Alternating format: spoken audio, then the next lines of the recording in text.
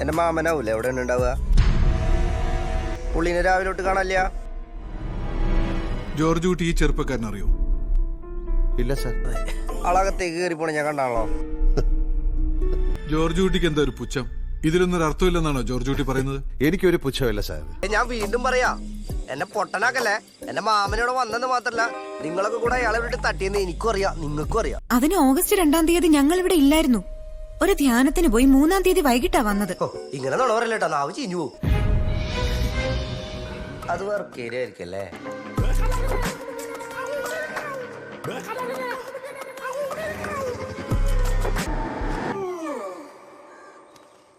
എവിടെ എന്റെ മകൻ? എനിക്കറിയില്ല സാർ. പറഞ്ഞല്ലോ ഞങ്ങൾ അന്ന് അവിടെ ഇല്ലായിരുന്നു. ഡോ ഇതൊക്കെ എന്ത് ദ്രോഹാടോ. സത്യം നമുക്ക് രണ്ടു കൂട്ടർക്ക് അറിയണല്ലേ, പിന്നെ ആരെ കാണിക്കാനാണ് ഈ ആക്ടിങ്? ക്യാമ്പിന് ശേഷം ഞാൻ വരുണിനെ കണ്ടിട്ടില്ല സർ. പിടിച്ച വീട്ടിൽ ഒരു ഇഞ്ച് മാറരുതിട്ടാ. ഞങ്ങൾ പറഞ്ഞത് സത്യമാണ് സർ, ഞങ്ങൾക്കറിയില്ല. എന്തായിരുന്നു ദമ്പതിമാരുടെ പെർഫോമൻസ് കാന്റിക്കരയില്? അന്ന് ഞങ്ങൾ അവിടെ. എനിക്കിതിന്റെ സത്യം അറിയണം, മനസ്സിലായല്ലോ? യെസ്, ഈ സ്പിരിറ്റ് ആണ് നമുക്ക് വേണ്ടത്.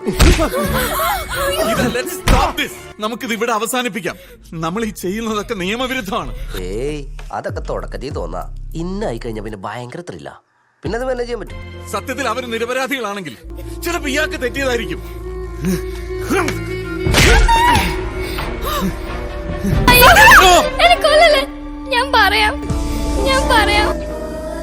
അതെങ്ങനെ സെറ്റല്ലേ?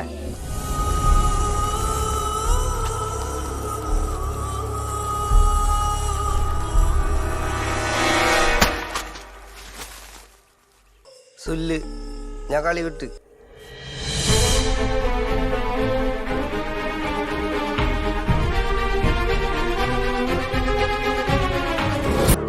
അച്ഛാ, രാജ ഇത് കണ്ടോ?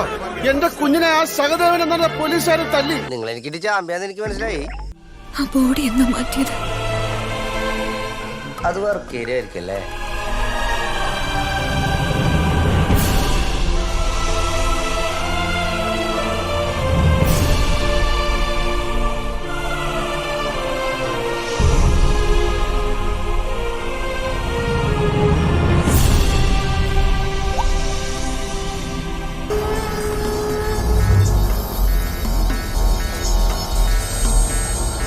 എന്താണ്